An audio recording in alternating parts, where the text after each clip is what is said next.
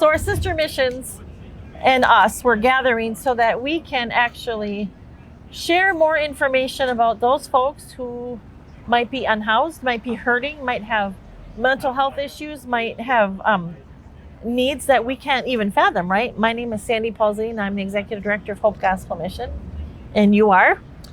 Brett Geboy, also with Hope Gospel Mission. Mm-hmm. And I think one of the reasons we're doing this event is to really hopefully learn about how we can help better. We're seeing homelessness, addiction, mental health issues continue to increase in our community in the Chippewa Valley in western Wisconsin. Yeah. And we want to be there for those that are hurting. We're doing our best. We're trying to do our best to really meet the needs, but understanding the problem of homelessness is very complex. Addiction can destroy lives, and we want to see people, set free from that stuff. So truly, what is going on in our community? Why are more and more people unhoused? Yeah, and I was talking to Lisa, the manager of the Day Resource Center, just earlier, and she was telling me that she actually too has seen an increase, and sometimes it's because of trauma, it's because of loss, it's because of the economy, it could be because of the addiction. Even if they might not be addicted, they might have lost their home, they might have lost some family members that thought they would relapse. God allows us to begin again every day. So it's never too late to want to become well. It's never too late to want to become who you were created to be.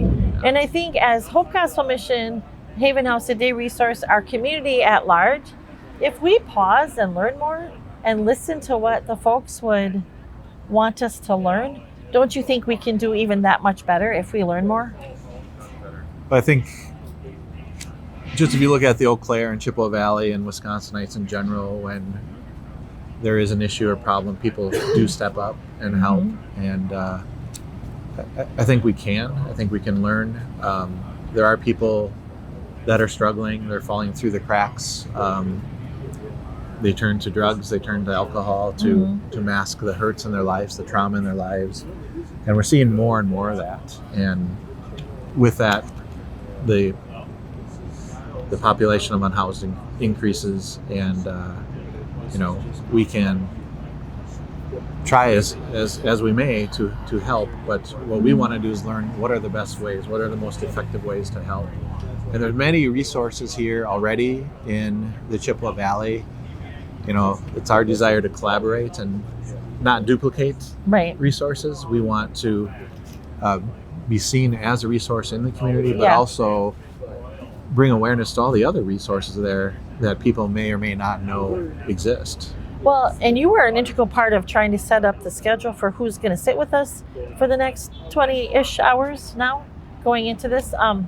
Tell us a little bit more about some of the agencies that are partnering to try to help with homelessness, and who wants to journey on helping others become well. Yeah, look at the Sojourner House, which they meet a great need in housing people overnight. Hope Gospel Mission is recently partnering with Western Dairyland, which definitely helps on the housing side and provides a lot of other services for those community. We've recently, as Hope Gospel Mission, been able to take on the Haven House, which existed for quite a few years before that, which offers help to people during the day to provide just a place to get out of the elements and be safe. So I think what we want to do is continue that, to have a place where people can get out of the elements when it's cold or hot, but also how can we help them with the housing side and work with Western Dairyland? How can we help them, with the addiction side, whether it's coming to a program like Hope has, or working with the Bolton House or Family Promise, getting people the resources that they need, working better with the county and some of the services that they offer. And what we want to do at the Community Resource Center, which the Haven House will become, is provide that, one-stop shop where people can learn about all the services and we can connect them directly and help. And I think those folks coming down, serving that with partnership with Haven House, 40, 60, 80 people. But just think about that, because we not only get to tap them into the resources you've talked about, but we get to tap them into a fresh hot shower, a place to put their items, food, shelter.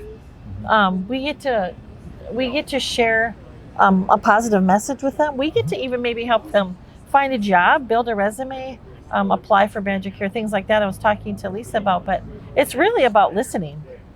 Yeah. It's really about listening, so that they need to know how much we care. Yeah.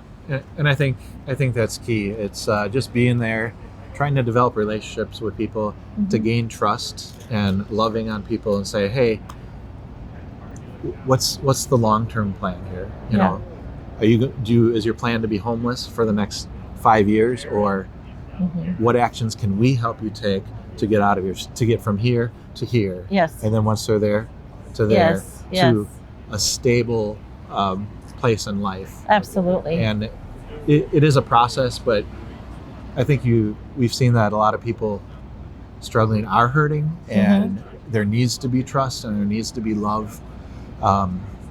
You know, I think one thing that Hope is known for is